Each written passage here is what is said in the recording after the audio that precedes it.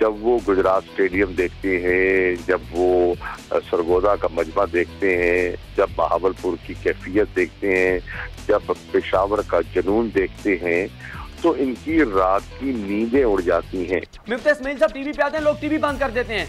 लोग तो आपकी जो है वो फवाद चौधरी के बकौल आपकी शक्लें नहीं देखना चाहते। मुझे एक बात बताएं, जो बिजली के बिल आए हैं, सही बात, जिसकी भी हलाल की कमाई है, क्या वो अफोर्ड कर सकते हैं वो बिजली के बिल? खून के आंसू दिल रो रहा था कि जवान बच्चा 21-22 साल का अपने काम पे आया है, सुबह सुबह शोरूम के बाहर उसको मार के चलेगा यार, पैसों की खातिर। सब्सक्राइब करें और बेल दबाएं ताकि कोई खबर रह न जाए।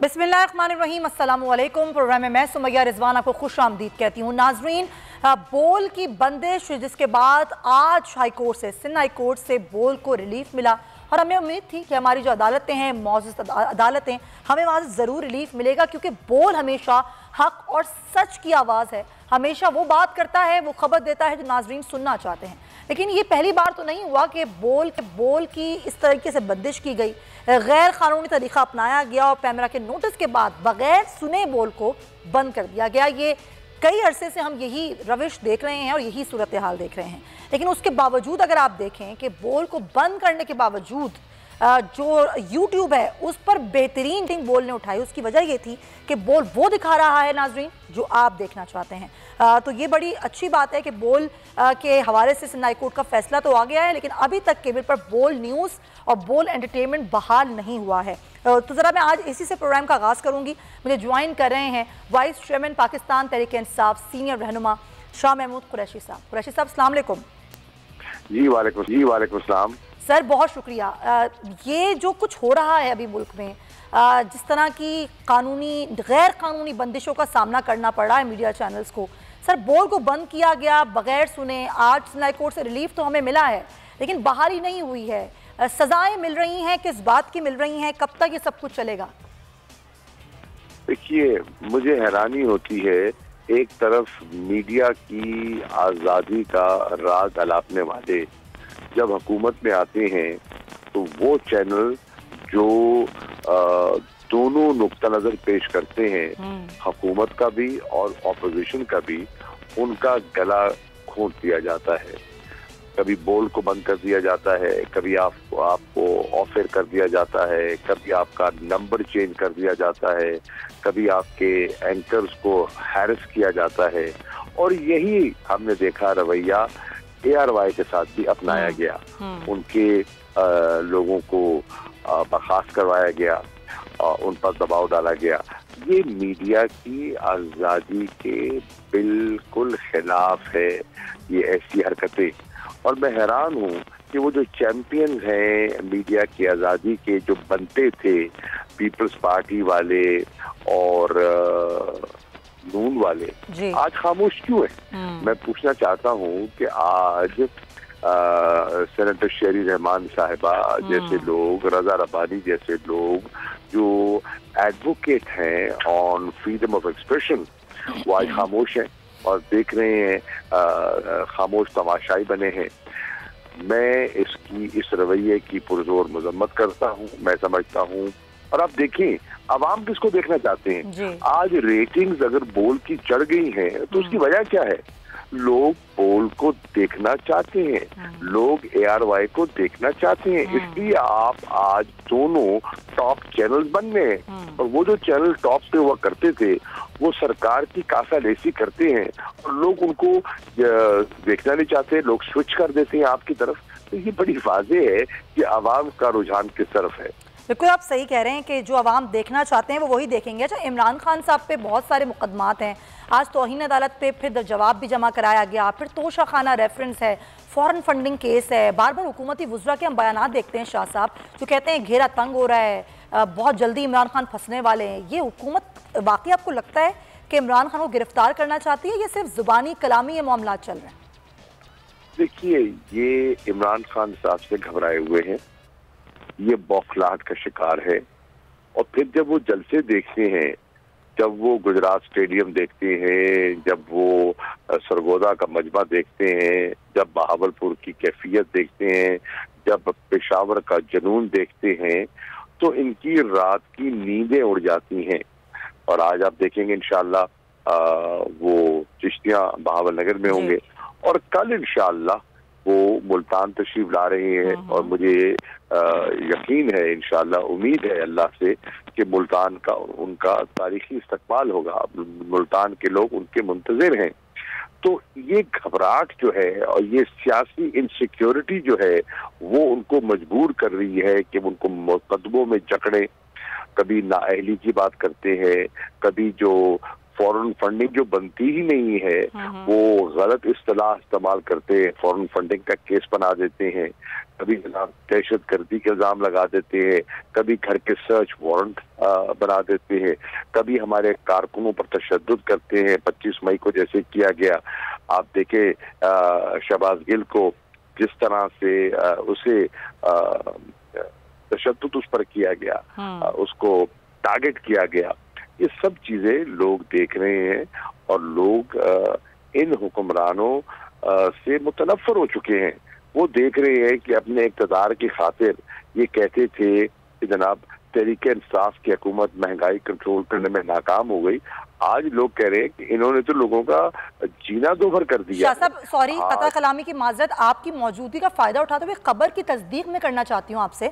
पिछले दिनों कुछ मीडिया चैनल्स ने खबरें चलाई कि इमरान खान ने बैकडोर राब्ते किए मियाँ साहब से। फिर खबर की तस्दीक यूँ हुई कि इमरान खान ने नहीं बल्कि इमरान खान से राब्ते किए गए हैं और उन पर यह दबाव डाला जा रहा है कि वो कब्ज़ इंतखाबात जो बात कर रहे हैं उस पर कोई शर्त जिस पर कोई बात कर ली जाए। क्या आप तस्दीक करेंगे कि इमरान खान साहब से क्या कोई राब्ते किए गए हैं बैकडोर चैनल से?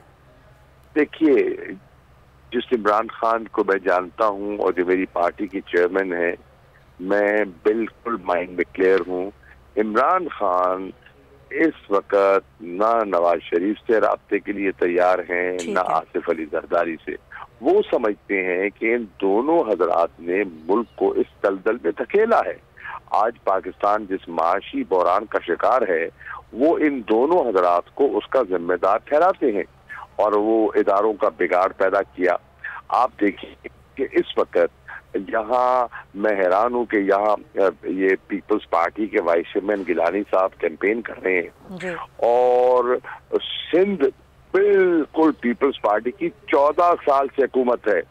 कोई पुरसाने हाल नहीं, कोई दाद रसी नहीं, लोग खुले आसमान तले बैठे हैं, लुट गए, उजड़ गए लोग। इनको परवाह ही नहीं है, इनको परवाह ही नहीं है। और ये सिर्फ अपनी बयानबाजी तक लगे हुए हैं कि जी हम की फ्लड रिलीफ के लिए हमने अपना जलसा कैंसिल कर दिया।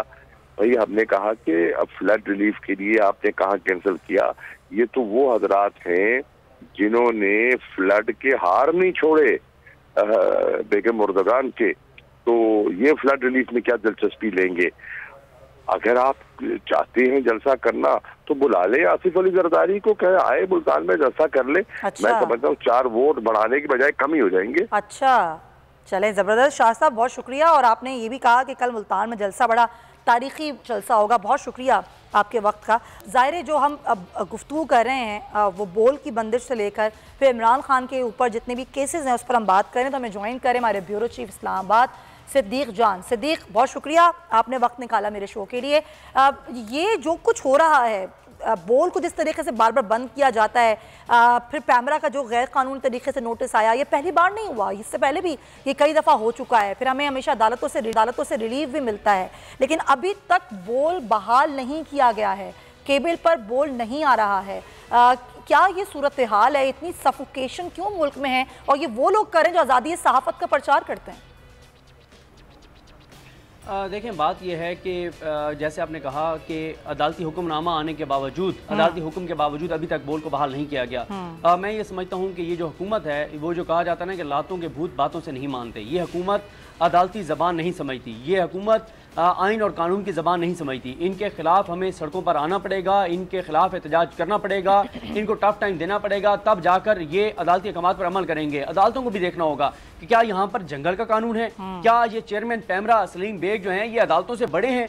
क्या अदालतों को कोई जवाबदेह नहीं है? आप क्या पैगाम दे रहे हैं पाकिस्तान के लोगों को? आप अवाम को क्या पैगाम दे रहे हैं कि यहाँ पर अदालती हुक्म के सामने एक चेयरमैन पैमरा जो एक्सटेंशन पे बैठा हुआ है वो ज्यादा ताकतवर है? आप ये पैगाम लोगों को देना चाह रहे हैं? ये आप किस तरह का पैगाम लोगों को देना चाह रहे हैं? और पहले जो आपने किया, जिस तरह से आपने बोल को बंद कर दिया, ये मुझे बताएं, मैं बार बार एक सवाल कर रहा हूँ देखने वालों से और पाकिस्तान के अवाम और पाकिस्तान के लोगों से, अपने नाजरीन से, कि इन 4 माह में मुझे कोई एक सरकारी इदारा, मुझे कोई एक हुकूमती इदारा बता दें जिसकी इज्जत में, मकाम में, मर्तबे में, शान में इजाफा हुआ हो। और अगर आप गिनने बैठें कि किस किस पाकिस्तान के इदारे की इज्जत में कमी आई है इनकी वजह से, तो वो बेशुमार हैं। मतलब आप देखें, आप पुलिस की बात कर लें, पंजाब पुलिस से उन्होंने क्या करवाया 25 मई को, जब हमजा शहबाज हुकूमत में थे? आपने चादर और चारदीवारी का तकद्दुस पामाल करवाया, आपने नासरा जावेद इकबाल साहबा के घर में गुंडागर्दी करवाई, आपने बुजुर्गों के ऊपर शैलिंग करवाई, आपने बच्चों के ऊपर शैलिंग करवाई, दूध पीते बच्चों के ऊपर आपने शैलिंग करवाई। आपने क्या इससे पंजाब पुलिस की इज्जत बढ़ाई है? आपने इस्लामाबाद पुलिस के जरिए शहबाज गिल को, जमील फारूकी को गिरफ्तार करवाया। जो कुछ आपने करवाया, क्या आपने इस्लामाबाद पुलिस की इज्जत में इजाफा किया है? आप FIA के जरिए जो इकदाम कर रहे हैं, क्या उससे FIA की शान बढ़ गई है? जो कुछ चेयरमैन पैमरा के जरिए आप जो कुछ करवा रहे हैं, उससे पैमरा पे लोगों का एतमाद बढ़ रहा है? आपने पाकिस्तान के हर इदारे की शान में कमी कर दी है सिर्फ इस इंपोर्टेड हुकूमत के लिए, सिर्फ इस मुसल्लतशुदा टोले के लिए। मुझे तो समझ नहीं आती, जिस हुकूमत से ना मुईशत चल रही है, ना गवर्नेंस चल रही है, लोगों की तबाही और बर्बादी हो गई है, लोग खुदकुशियों पर मजबूर हो गए। आखिर कौन सी मजबूरी है इनको इक़्तिदार में रखना? भाई जाएं आप इलेक्शन में, जो मैंडेट लेके वो आए। आपने हर पाकिस्तान के इदारे की शान में कमी कर दी है, हर इदारा कंट्रोवर्शियल हो गया है, अदालतों के ऊपर इल्जामात लगे, अदालतें कंट्रोवर्शियल हुई, जजेस के ऊपर कैंपेनें चली, लेकिन ये हुकूमत जो है ये अभी भी बाज नहीं आ रही। तो ये अब होगा क्या? वैसे सिद्दीक, अभी तो केसेस है ना इमरान खान के ऊपर, तोशा खाना है, तौहीन अदालत का केस है, फिर ज़ाहिर फॉरेन फंडिंग का केस है, इलेक्शन कमीशन में तौहीन अदालत का केस है। क्या होगा क्या इन चारों केसेस का? क्या हुकूमत सोच रही है, खुद इमरान खान क्या सोच रहे हैं? देखें, बात यह है कि इमरान खान साहब तो सितंबर के आगाज़ से फैसला कर चुके हैं कि उन्होंने सितंबर बनाना है। उन्होंने कहा था कि मैं खतरनाक होता चला जाऊंगा, और खतरनाक होते चले जा रहे हैं। जिस तरह की वो गुफ्तगू कर रहे हैं, शायद उस पर हम उस तरह से बात ना कर सकें टीवी के ऊपर बैठकर, आजकल के जो हालात हैं, लेकिन आप जरूर उनकी गुफ्तगू सुने, वो क्या बातें कर रहे हैं। क्या ये बातें कभी पाकिस्तान में किसी ने की थी? क्या ये मौज़ूआत कभी जलसों में डिस्कस हुए थे? लेकिन ये सारी की सारी वजह ये हुकूमत है। जब तक कुएं में से इस हुकूमत को नहीं निकालेंगे, आप पानी के डोल जितने मर्जी निकालते जाएं, कुछ नहीं होने वाला। जब तक एक मुसल्लतशुदा टोला, मुझे एक बात बताएं, ये कहते थे कि हम, ये कहते थे मियां नवाज शरीफ दिलों का वज़ीर आज़म है, ये कहते थे इमरान खान घुस बैठ गया है, ये कहते थे इमरान खान सिलेक्टेड है, ये कहते थे इमरान खान इलेक्शन चोरी करके आया है, ये कहते थे इमरान खान RTS के नतीजे में आया है। मुझे बताएं, हुकूमतें इनके पास हैं, इक़्तिदार इनके पास है, इख्तियार इनके पास है, ताकत इनके पास है, दौलत इनके पास है, माफियाज इनके साथ है, मीडिया इनके साथ है। फिर 17 जुलाई को क्या हुआ है? फिर उसके बाद ज़िमनी इंतखाबात में क्या हुआ है? अब इमरान खान पूरे पाकिस्तान में जलसे करते फिर रहे हैं, और ये अवाम में खाना खाने के लिए निकल पाते। आपने देखा था साहब ने क्या किया? 4 नौजवान बकौल उनके, वो इनको देखे हंस पड़े, और भाई लोग तो आपको देखे रो रहे हैं, लोग तो खौफ के शिकार हैं। मिफ्ती इस्माइल साहब टीवी पे आते हैं, लोग टीवी बंद कर देते हैं, लोग तो आपकी जो है वो फवाद चौधरी के बकौल आपकी शक्लें नहीं देखना चाहते। मुझे एक बात बताएं, जो बिजली के बिल आए हैं, जिसकी भी हलाल की कमाई है, क्या वो अफोर्ड कर सकते हैं वो बिजली के बिल? मसला यह है कि यहाँ पे एक हुकूमती शख्सियत ने, क्योंकि नून लीग के जो हामी साफी हैं उनके भी बिल ज्यादा है, उन्होंने, एक हुकूमती शख्सियत ने एक और अपने ओहदेदार के जिम्मे लगाया कि हमारे जो हामी साफी हैं उनके बिल लें और वो बिल आप पे कर दें। भाई आप 10, 15, 20 साफियों के या कुछ एंकर्स के तो आप बिल पे कर देंगे, लेकिन अवाम किधर जाए? और गरीब अवाम है तो अफोर्ड ही नहीं कर सकते। एक शख्स जिसकी कमाई 20,000 रुपए है और उसे घर का सिर्फ बिजली का भी 15,000 रुपए का आएगा, तो वो कहाँ से पे करेगा? ये इतने मुश्किल हालात हैं। और सिद्दीक, कभी कभी तो मुझे ऐसा लगता है कि इन मुश्किल हालात पर हुकूमत ने जानबूझकर अपनी आंखें बंद की हुई हैं कि चाहे जितनी मुश्किल हो, हम अपने लिए आसानियां सिर्फ पैदा करते चले जाएं। आप बिल्कुल दुरुस्त फरमा रहे हैं। हमारे साथ मौजूद थे ब्यूरो चीफ इस्लामाबाद सिद्दीक जान, बहुत शुक्रिया आपका, बहुत शुक्रिया, क्योंकि हमें आगे बढ़ना है।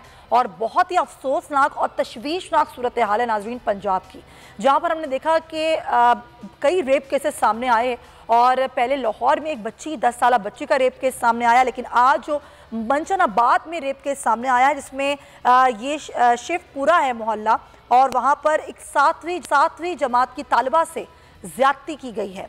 क्या हुआ है इस रेप केस में, क्योंकि उसके बाद मुल्तान और लाहौर में जो ज़्यादती के वाक़यात हैं उन पर भी हम बात करेंगे, लेकिन पहले मंचनाबाद की सूरत जान लेते हैं। सरफराज अहमद हमारे नुमाइंदे हमारे साथ हैं। सरफराज, ये वाक़या कब का है? इस बच्ची की हालत कैसी है और क्या मुल्ज़िमान पकड़े गए? जी बिल्कुल, हाँ जी, ये अफसोसनाक वाकया मिंचनाबाद के मोहल्ला स्यौपुरा में पेश आया है, जहाँ पर हमसाए अबाश नौजवान ने गरीब मेहनत कश की 13 साल बच्ची और 7वीं जमात की तालबा की इज्जत तार तार कर दी है। 13 साल सिदरा 7वीं जमात की तालबा है, स्कूल से वापस घर आ रही थी कि मुलजिम इमरान ने गली से जबरदस्ती असले के जोर पर इसे अपने घर ले गया और बच्ची को ज्यादती का निशाना बना डाला। मिंचना आबाद पुलिस ने मुतासरा की मुद्दत में मुलजिम इमरान के खिलाफ मुकदमा दर्ज कर लिया है और SHO से हमारी जब बात हुई तो SHO शबीर शाह साहब का कहना है कि मुलजिम की गिरफ्तारी के लिए पुलिस छापे मार रही है और जल्द इसे गिरफ्तार कर लिया जाएगा। ठीक है, बहुत शुक्रिया आपका सरफराज। ये हमें बता रहे थे यहाँ पर बहुत ही अफसोसनाक सूरत हाल है, एक 13 साल की मासूम बच्ची के साथ ज्यादती की गई। ऐसी ही सूरत हाल लाहौर में पेश आई। ये चंद रोज़ कबल का वाक़या है, जहाँ पर 10 साल की मासूम बच्ची जो कि स्विमिंग पूल गई थी अपने भाई के साथ और वहाँ से वो लापता हुई। बाद में उसकी लाश वहीं से मिली और उसको ज्यादती करके और इंतहाई बेदर्दी के साथ कत्ल कर दिया गया। वहाँ पर क्या सूरत हाल रही है, जाबिर वक़ास से बात करें। जाबिर, ये जो लाहौर का वाक़या है ये काफ़ी दिन पुराना है, ये हुआ क्या और क्या मुल्ज़िमान गिरफ्तार हुए हैं, तो क्या सूरत हाल सामने आई है और ये बच्ची गायब कैसे हुई थी और कब हुई थी? देखिए, ये बच्ची जो है वो 27 तारीख का ये वाक़या है, पिछले माह का 27 अगस्त को ये वाक़या पेश आया कि 2 बच्चियाँ अपने भाई के साथ जो है वो जाती हैं और स्विमिंग पूल में नहाने। तो छोटी बच्ची जो 5 साल की है वो तो अपने भाई के साथ वापस चली जाती है और वो जब स्विमिंग पूल के मालिक से पूछा जाता है कि वो हमारी दूसरी बच्ची नहा रही थी, वो कहाँ है, तो वो कहता है कि वो घर चली गई है। घर जाकर चेक किया तो घर में वो बच्ची मौजूद ना थी। वो वापस आए और बाद में पता चला कि उस बच्ची को वो जो स्विमिंग पूल का मालिक था वो अस्पताल लेकर गया है। उसने कहा कि बच्ची उसे ऑलरेडी बेहोश या इस हालत में मिली थी और वो सिर्फ डेड बॉडी को लेकर अस्पताल आया था। उसे नहीं पता था कि बच्ची की डेथ हो चुकी है, वो सिर्फ फौरी तौर पर अस्पताल लेकर पहुंचा है। बहरहाल उनके एहतजाज करने पर जो है वो मालिक को गिरफ्तार किया गया और 3 से 4 दिन बाद जो है वो जो मुलाजम जिसको नामजद किया था दरख्वास्त के अंदर उसको पुलिस ने गिरफ्तार किया। लेकिन असल मसला ये है कि यहाँ पर ये महमद कबाइल से ताल्लुक रखने वाली बच्ची थी और इसके लिए महमद कबाइल का लोया जिरगा जो है उसके तमाम अफराद फैसल चौक पहुंचे थे और 5 सितंबर को फैसल चौक जो पंजाब असम्बली है उसके सामने उन्होंने भरपूर किस्म का एहतजाज किया और CCP लाहौर के गेट के ऊपर दावा भी बोला गया और उसके हवाले से जो है वो फिर ये था कि CCP लाहौर और IG पंजाब को वज़ीर आला पंजाब परवेज़ लाई ने तलब किया और इस हवाले से ब्रीफिंग। तो ये जाबिर ये कोई एक केस तो नहीं है, हम देख रहे हैं लाहौर समेत पूरे पंजाब में रेप केसेस में अचानक इजाफा हुआ है। इस पर ऑफिशियल्स या फिर हुकूमत की तरफ से कोई वजाहत सामने आई है कि कैसे इन दरिंदों को आज़ादी दे दी गई है कि जहां दिल चाहे ये बच्चों के साथ ये ज्यादती करते फिरें? रिकॉर्ड सामने आया है हमारे पास, हमारे सोर्सेज के जरिए, उसमें यह है कि खवातीन को जी कंपैरिजन किया जाए डाटा का दावा है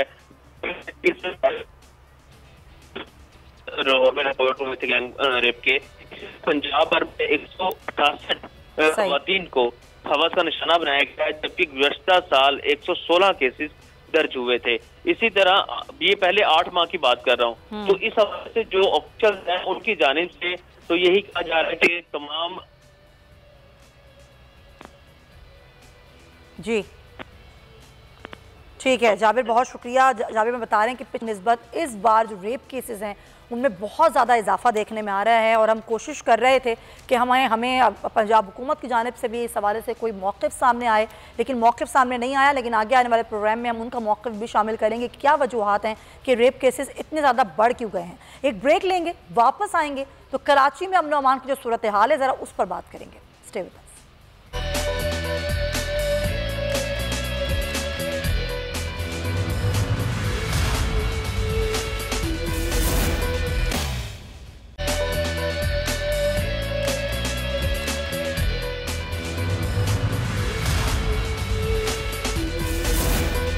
welcome back to the show नाजरीन। हम बात करेंगे कराची में अमन व अमान की सूरत हाल की। कराची में हम देख रहे हैं कि स्ट्रीट क्राइम जिसमें अचानक से इजाफा हो गया है और डकैती मज़ाहिमत पर नौजवान लोगों को जो मारने का सिलसिला है वो भी थम न सका। शहरियों की हलाकतें हो रही हैं, लेकिन ऐसा लगता है कि इस शहर बेअमा को कोई पूछने वाला नहीं है, जिसका जब दिल चाहता है, जहां दिल चाहता है, आके आपको गन पॉइंट पर लूट लेता है और अगर आप मज़ाहिमत करते हैं तो आपको गोली मार दी जाती है। बात करूं कि रवा माह जो डकैती मज़ाहिमत पर जो कत्ल किए गए उसमें क्या फिगर्स रहे, तो शहर में 79 शहरियों पर डकैतियों के वार मामूल बन गए और पुलिस बेबस नजर आती है। 7 रोज में 10 शहरी फायरिंग से कत्ल हो चुके हैं। रवा बरस 58 शहरियों को मज़ाहिमत पर नाज़रीन कत्ल किया गया। कराची के मुख्तलिफ इलाकों में 269 शहरियों को मज़ाहिमत पर गोलियां मारकर जख्मी किया गया। शहरियों पर रवा साल के 250 रोज पहाड़ बनकर टूटे। रवा साल 56,500 स्ट्रीट क्राइम्स की वारदातें रिपोर्ट हुई हैं। 19,000 शहरी अपने मोबाइल फोन से महरूम हो गए हैं। 32,000 शहरियों को उनकी मोटरसाइकिलों से महरूम कर दिया गया। असलहे के जोर पर अब तक कराची से 104 गाड़ियां छीनने की वारदातें रिपोर्ट हुई हैं। कराची की सड़कों से 1383 गाड़ियां कार लिफ्टर गिरोह ले उड़े हैं। 9 माह के दौरान 303 घरों का डाकुओं ने सफाया कर दिया। 400 बड़ी डकैतियां जिनकी वारदातें शहर में रिपोर्ट हुई और चंद रोज में 2 बड़ी बैंक डकैतियां रिपोर्ट हुई। अगवा बराए तावान और भत्ताखोरी के भी 10 वाकयात रिपोर्ट हो चुके हैं। शहर में अगर हम बात करें तो मजमूई तौर पर 350 कत्ल की वारदातें रोनुमा हुई हैं और 500 से ज़ायद शहरियों को मुख्तलिफ वाकयात में गोलियां मारकर जख्मी किया गया है। लोग अपनी जान माल से महरूम हो रहे हैं और दिन दहाड़े महरूम हो रहे हैं। सारी चीज़ें सब कुछ सामने हैं, लेकिन ऐसा लगता है कि सबने अपनी आंखें बंद की हुई हैं। हमारे नुमाइंदे शाहरुख शाह हमारे साथ हैं, ज़रा उनसे बात करते हैं कि इस वक्त शहर में डकैती, मज़ाहिमत पर कत्ल और जो गाड़ियाँ मोटरसाइकिलें छीनने की वारदातें हैं उनमें कितना इजाफा हुआ है। शाहरुख, मुझे बताइएगा, ये तो वो चीज़ें हैं जो रिपोर्ट हो रही हैं, बहुत से वाक़यात ऐसे हैं जो रिपोर्ट भी नहीं होते हैं, ये एकदम से क्राइम रेट ऊपर कैसे चला गया है, क्या वजह है? जी बिल्कुल, देखें सुमैया, थैंक यू, आपने जो है वो अपने शो पे जो है वो इनवाइट किया। इस वक्त जो है वो क्राइम का जो रेशो है वो मुसलसल जो है वो बढ़ता जा रहा है और इसकी अदाद शुमार जो है वो जब जारी हुई तो जो होशरबा इसका जो है वो इजाफा देखने में आ रहा है। रवा साल में तकरीबन जो है वो इस महीने की अगर बात करूँ तो सितंबर से लेके जो आज की तारीख है 1 सितंबर से, तो 10 लोगों को जो है वो डकैती मज़ामत पे जो है वो कत्ल कर दिया गया। गुलिस्तान जौहर में जीशान नामी शख्स को जो कि फैमिली के साथ अपने जो है वो आइसक्रीम खा रहा था, डकैत आए और उसको जो है वो मज़ामत के बाद कत्ल कर दिया गया। और जमशेद रोड पे जो है वो एक अफसोसनाक वाक़या पेश आया जिसमें बैंक से रकम निकालने के बाद एक शख्स जो है वो वापस अपनी दुकान पे जो कि स्पेयर पार्ट्स का काम करता था उसको जो है वो डकैती मज़ामत पे जो है वो कत्ल कर दिया गया। भरे मजबे में जो है वो उसको कत्ल किया गया, कोई रोकने वाला नहीं। पुलिस की नफरी जो है वो मुकम्मल तौर पर जो है वो गायब नज़र आ रही है। अदाद शुमार के लिहाज से जो है वो इस वक्त तकरीबन 56,000 से ज़ायद रवा साल में जो है वो डकैती की वारदातें जो है वो पेश आई है, जिसमें 58 के करीब जो है वो डकैती मज़ामत मुझे ये बताइए कि आज कराची पुलिस चीफ ने ये कहा कि हम एक ऐसी फोर्स बना रहे हैं जो मोटरसाइकिल फोर्स होगी, जो इन डकैतों के पीछे जाएगी, उन गलियों और मोहल्लों में जाएगी जहां पर मोबाइल का जाना मुमकिन नहीं है। लेकिन बहुत से इलाके ऐसे हैं जहां पर पुलिस को भी मालूम है कि कहां पर इस तरह के जराइम पेशा नासिर सरगर्म होते हैं, वहां पर बैठे होते हैं, उनकी आमाजगाह होती हैं, तो वहाँ छापे मारकर उनकी गिरफ्तारियाँ क्यों नहीं की जाती? जी बिल्कुल, देखिए पुलिस में जो है वो इस वक्त मुकम्मल तौर पे जो है वो एक ही चेहरे जो है वो बार बार नज़र आ रहे हैं, चाहे वो आला बाला अफसरान हो, चाहे वो SHO लेवल पे जो है वो अफसरान हो, वो एक ही जो है वो दोबारा उनकी पोस्टिंग होती जाती है मुसलसल। इसकी वजह से उनको जो है वो हटाया नहीं जाता, टेंडर्स भरे जाते हैं, मुख्तलिफ जो है वो जो पैसे दे के जो है वो लगते हैं SHOs, हेड बोरर्स और आला अफसरान के जो है वो मातहत काम करते हैं, जिस पे उनका सिर्फ मकसद ये होता है कि वो पैसे कमाएं और मुख्तलिफ लोगों को परेशान करें। आज भी जो है वो एडिशनल IG के कराची जो गुलाम जो है वो जावेद आलम ओडो, उनकी जानिब से प्रेस कॉन्फ्रेंस रखी गई और उन्होंने एक नई फोर्स का जो है वो आगाज़ जो है वो प्रेस कॉन्फ्रेंस में बताया कि आगाज़ होने जा रहा है, जिसका नाम शाहीन फोर्स रखा गया है, जिसमें सिर्फ बाइक सवार जो है वो स्ट्रीट क्राइम्स की वारदातों को मुकम्मल तौर पर काबू करने की कोशिश करेंगे। इस तरीके से पहले भी जो है वो कई जो है वो फोर्सेस बनाई गई, स्केटिंग फोर्स फोर्स बनाई गई जो कि स्ट्रीट क्रिमिनल्स को जो है वो स्कीटिंग के जरिए जो है वो पकड़ सकेगी, चाहे वो ट्रैफिक चेहरे वाजे हैं मुख्तलिफ फुटेजेस में, CCTV फुटेजेस में, उनको गिरफ्तार क्यों नहीं किया जाता। बहुत शुक्रिया आपका शाहरुख शाह, हम तमाम तर तफसीलात से आगाह कर रहे थे। जो लोग हैं वो इंतहाई परेशान है, खौफजदा हो गए हैं घरों से निकलते हुए या बैंक से निकलते हुए। तो लोगों ने इस हवाले से क्या कहा है आपको वो दिखाते हैं। कराची सबसे ज़्यादा रेवेन्यू देने वाला शहर, उसकी घरों से यार कल यकीन करें आप कि खून के आंसू दिल रो रहा था कि जवान बच्चा 21-22 साल का अपने काम पे आया है, सुबह सुबह शोरूम के बाहर उसको मार के चले गए यार पैसों की खातिर। बात ये स्ट्रीट क्राइम इतना ज़्यादा बढ़ गया है कि हम लोग बाहर निकलने से भी बहुत ज़्यादा डरते हैं और मतलब एक इंसान सेफ नहीं है और इसका जिम्मेदार किसको बोला जाए, मतलब कोई इस पर सुनवाई नहीं है। जितने भी स्ट्रीट क्राइम हो रहे हैं, जितने भी यहाँ पर जराइम हो रहे हैं, मसला ये है कि वो कहते हैं कि जी डकैती हो गई, बंदा मार दिया, पकड़ लेंगे। पकड़ने के बाद उनका क्या होता है, किसी को कुछ नहीं पता कि वो कहाँ जाते हैं बंदे। अगर पकड़ने के बाद 2 बंदे आप टांग दोगे, 2 बंदों को लटका दोगे तो पता लग जाएगा कि आइंदा स्ट्रीट क्राइम नहीं होंगे। गुजारिश ये है कि ज़रा इनको कंट्रोल किया जाए और पुलिस को सही किया जाए।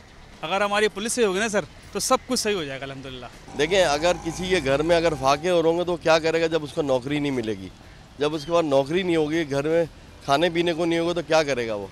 हमारी हुकूमत जो है वो गवर्नमेंट जो है वो बिल्कुल भी हमारी आवाम का साथ नहीं देती। अब ये जो हुकूमत आई है इसने इस वक्त ये हल कर दिया हमारी आवाम का कि वो लूट मार के अलावा उनके पास कोई गुजारा नहीं है। हमारी इंतज़ामिया यहाँ की जब आप इतनी महंगाई ऊपर ले जाएंगे, उसको कंट्रोल नहीं होगा, कुछ नहीं होगा, तो लोगों को तो चाहिए ना भाई, जिनका कारोबार है, हल्का कारोबार है, कम कारोबार चल रहा है, वो उसमें मुश्किल से गुजारा कर रहे हैं, और जिनके पास है ही कुछ नहीं तो क्या करेंगे, लूटामारी करेंगे।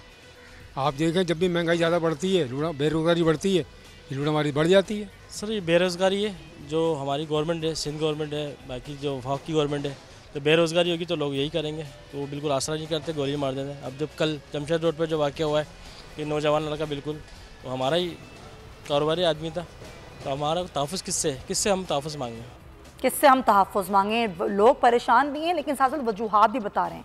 कई शहरियों ने वजूहात बताएं कि पुलिस का निज़ाम ठीक करें। कई शहरी ये समझते हैं कि महंगाई और बेरोज़गारी इसकी सबसे बड़ी वजह है, इसी की वजह से जराइम का रेट जो है वो ऊपर चला जाता है। इसी पर हम बात करेंगे। साबिक़ CPLC चीफ हैं अहमद चनाई साहब, बहुत शुक्रिया आपका। अहमद चनाई साहब, जब हम देखते हैं कि कराची में जब क्राइम बढ़ता है तो उसकी बहुत सारी वजूहात होती हैं, लेकिन अब पुलिस ने जब निज़ाम की बात करते हैं कि जी नई फोर्सेस भी बनाई जा रही हैं, जदीद असलाह भी दिया जा रहा है, उसके बावजूद जराइम पेशा नासिर हैं उनकी गिरफ्त से ही बाहर होते हैं। अवाम सरेआम लुट रहे होते हैं, बल्कि माल को तो छोड़ें, उससे बढ़ के उनकी कीमती जान है वो उससे भी हाथ धो रहे हैं। आपको क्या लगता है कि सबसे बड़ी वजह क्या है क्राइम रेट बढ़ने की? बहुत बहुत शुक्रिया आपका। देखिए बात यह है कि अब जो सूरत हाल हो गई है और इस वक्त दुनिया जिस जगह पे चल रही है, मैं समझता हूँ कि जब तक हम इस शहर को डिजिटलाइज करने की बात नहीं करेंगे, आप कितनी भी नई फोर्सेस बना लें, आप कितने भी नए लोग जो है वो इंडक्ट कर लें, आप कितनी भी नफरी खड़ी कर लें, ये काम मुमकिन नहीं है। देखिए कराची 4,500 स्क्वायर किलोमीटर से बड़ा एरिया है। कराची में तकरीबन 2.5 करोड़ की पॉपुलेशन है। कराची जो है वो एक बहुत बड़े उस पर फैला हुआ है अपना रकबे के ऊपर, और इस शहर को जितने भी आप लोग लगा लें, आज 32,000 की नफरी के आप 1 लाख भी कर लें तो भी मैं समझता हूँ काफ़ी नहीं होंगे। इसका सिर्फ और सिर्फ एक वाहिद हल ये है कि कराची को डिजिटलाइज किया जाए। डिजिटलाइज से मुराद ये कि CCTV कैमरा मैनेजमेंट पूरे शहर में गली गली जगह जगह होनी चाहिए। ये पता होना चाहिए कि क्रिमिनल कहाँ से आया, कहाँ जा रहा है। आप ये देखें कि जितनी फुटेजेस आ जाती हैं रही सही, उसमें मुल्जिमान ज़रूर पकड़े जाते हैं। तो अगर हम ये मुल्जिमान बाद में पकड़ने का सिलसिला कम करें तो अहमद साहब एक वजह एक और भी तो है ना सर, सॉरी कता कलामी की माजरत, फुटेजेस भी होती हैं, कई घरों में कई दुकानों में भी कैमरे लगे होते हैं, वो मुल्जिमान पकड़े जाते हैं फिर छूट भी जाते हैं बड़ी आसानी से उनको। देखिए ये एक दूसरा एंगल है। पहले तो हम ये करें कि उनको वारदात से रोकने की बात करें, तो वारदात से जब ही रुक सकती है जब पूरे शहर की मॉनिटरिंग जो है वो CCTV कैमरा मैनेजमेंट से हो रही है और बैकअप यूनिट जो है वो सड़कों पे मौजूद हों कि वो उनके पीछे जाएं, उनको इंटरसेप्ट करें और उनको गिरफ्तार करवाएं। मैं ये कहता हूं कि जब तक आप इस CCTV कैमरा मैनेजमेंट का, जिसका हम बहुत सालों से जिक्र कर रहे हैं, नहीं इम्प्लीमेंटेशन पे लाएंगे तो आज की मॉडर्न टेक्नोलॉजी के बगैर आप कैसे भी चाहें क्राइम मैनेजमेंट नहीं कर सकते। क्राइम मैनेजमेंट का वाहिद हल यही है कि आप CCTV कैमरा मैनेजमेंट जो है वो फौरी तौर पे नाफिजुल अमल लाएं। उसके लिए जो खर्चा होता है, मैं समझता हूँ कराची के अवाम बाशऊर हैं, वो कराची की पुलिस का साथ देंगे और कराची की जो NGOs हैं वो मिलकर इस काम को जो है वो लेकिन सर एक ट्रस्ट डेफिसिट भी तो है ना कि पुलिस पर आवाम को एतमाद ही नहीं है। मेरी बात पूरी सुन लें। हाँ। वरना मैं आपको कहता हूँ कि ये शहर इसी तरह सफर करता रहेगा और उसका कोई भी वाली वारिस आपको कभी नजर नहीं आएगा। जितने क्राइम्स होते हैं हम बैठकर यहाँ पे बड़ी आसानी से पुलिस को जिम्मेदार भी करार दे देते हैं, लेकिन जो चीज़ उनके बस में नहीं है कि गली गली मोहल्ला मोहल्ला जगह जगह जो है वो पुलिस की नफरी नहीं खड़ी हो सकती, चाहे आप मोटर बाइक पे खड़ी कर दें, चाहे आप बीगों पे खड़ी कर दें।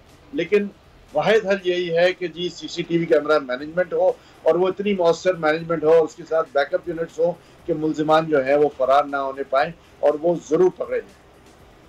अच्छा, लेकिन देखें आपकी बात दुरुस्त है कि हम सारी जिम्मेदारी पुलिस पर नहीं डाल सकते हैं, लेकिन सर बात ये होती है फिर अवाम एतमाद किस पर करें? जब एक शख्स जिसके चेहरे वाजे हैं, फुटेजेस में बाद में तस्वीर भी आती हैं कि भाई देखें गिरफ्तार हो गया, उसके बाद उसको सज़ा क्या हुई, कितने लोगों को सज़ा मिली, कितना आपने उस पर अमल दरामद करवाया, वो भी तो एक एंगल है ना।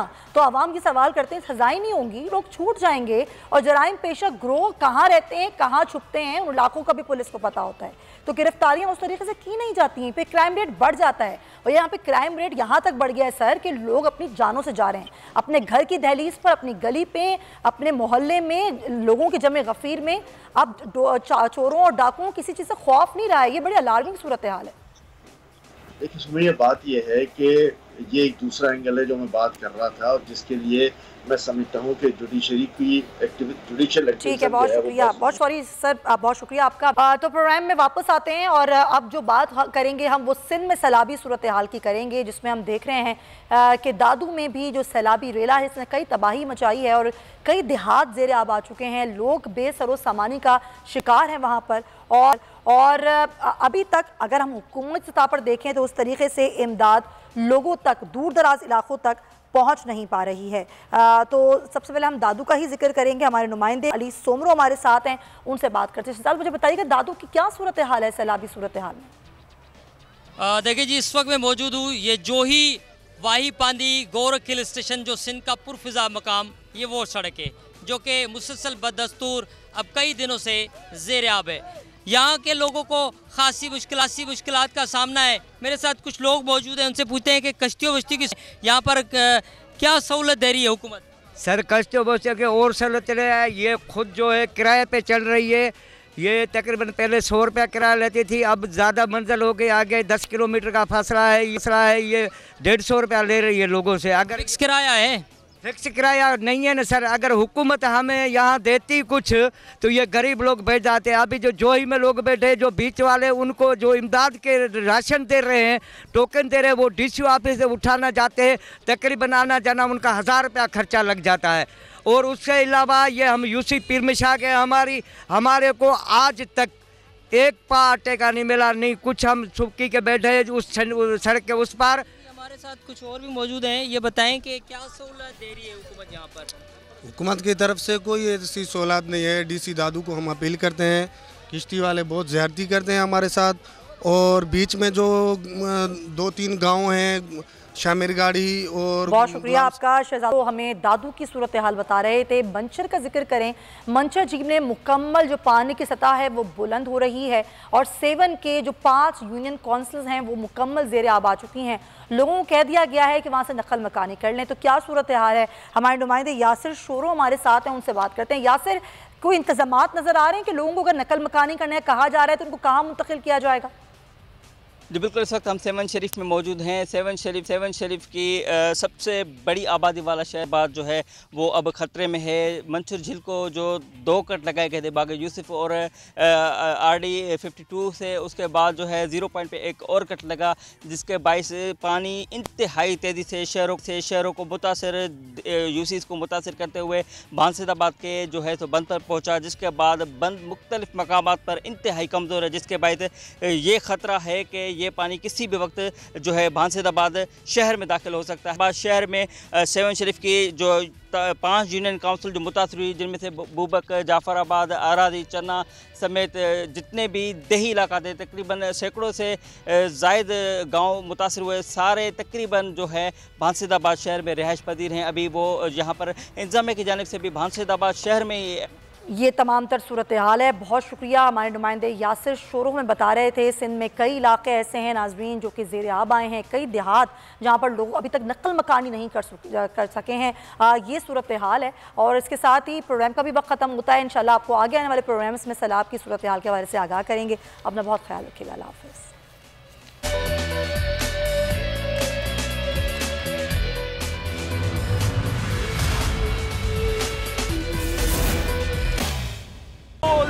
एक बार फिर नंबर 1। सब्सक्राइब करें और बेल दबाएं ताकि कोई खबर रह न जाए।